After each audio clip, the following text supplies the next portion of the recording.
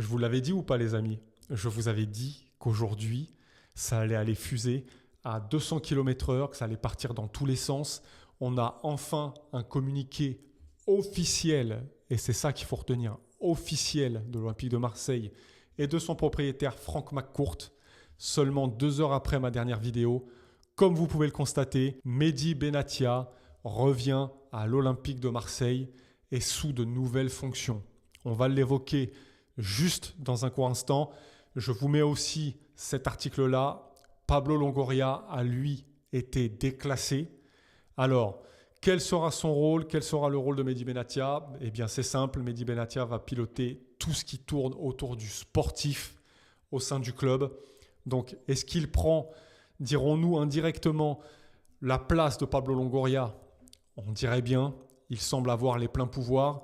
Longoria, quant à lui, devrait plutôt évoluer vers des responsabilités institutionnelles au sein de la France et au niveau européen. On voit très clairement que Mehdi Benatia est en train de prendre la place à part entière de Pablo Longoria.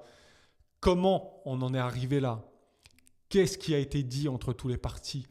On ne sait pas, on ne le saura jamais vraiment. En tout cas, ça, ce sont des infos officielles, je le répète, et seul ça compte, officiel, et pas de simples spéculations.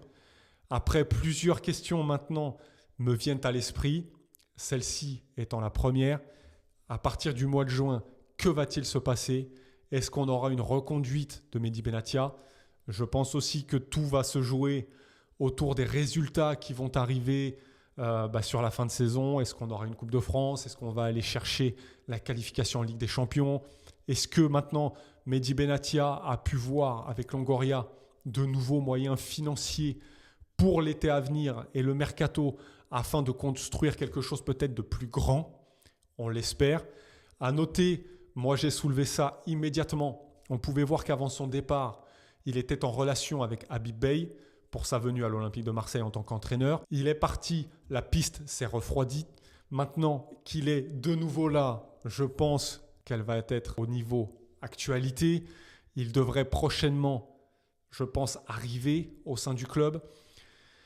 Enfin, c'est que d'émotions. Après, j'ai envie de dire, c'est l'Olympique de Marseille. On sait à quoi s'attendre, on sait que ça va vite. On sait que l'actualité peut aller du tout au tout, qu'on peut faire des virages à 360 comme là, 2 heures. En tout cas, c'est la folie, les amis. Je vous avoue que j'en ai la tête qui tourne de toutes ces informations. J'ai pu lire qu'apparemment Habib Beye devrait déjà être, à l'heure où on se parle, à l'OM et qu'un communiqué sera fait prochainement sur son arrivée, tout simplement, en tant qu'entraîneur. Ça va vite, ça va à 200 km/h. On est full émotion en ce moment à l'OM. C'est la folie. C'est tout ce que j'ai à dire. C'est la folie. En tout cas, on espère que ça va apporter un nouveau vent de sérénité et de stabilité dans ce club. Parce que là, ces derniers temps, c'est trop tumultueux. On ne sait plus où donner de la tête.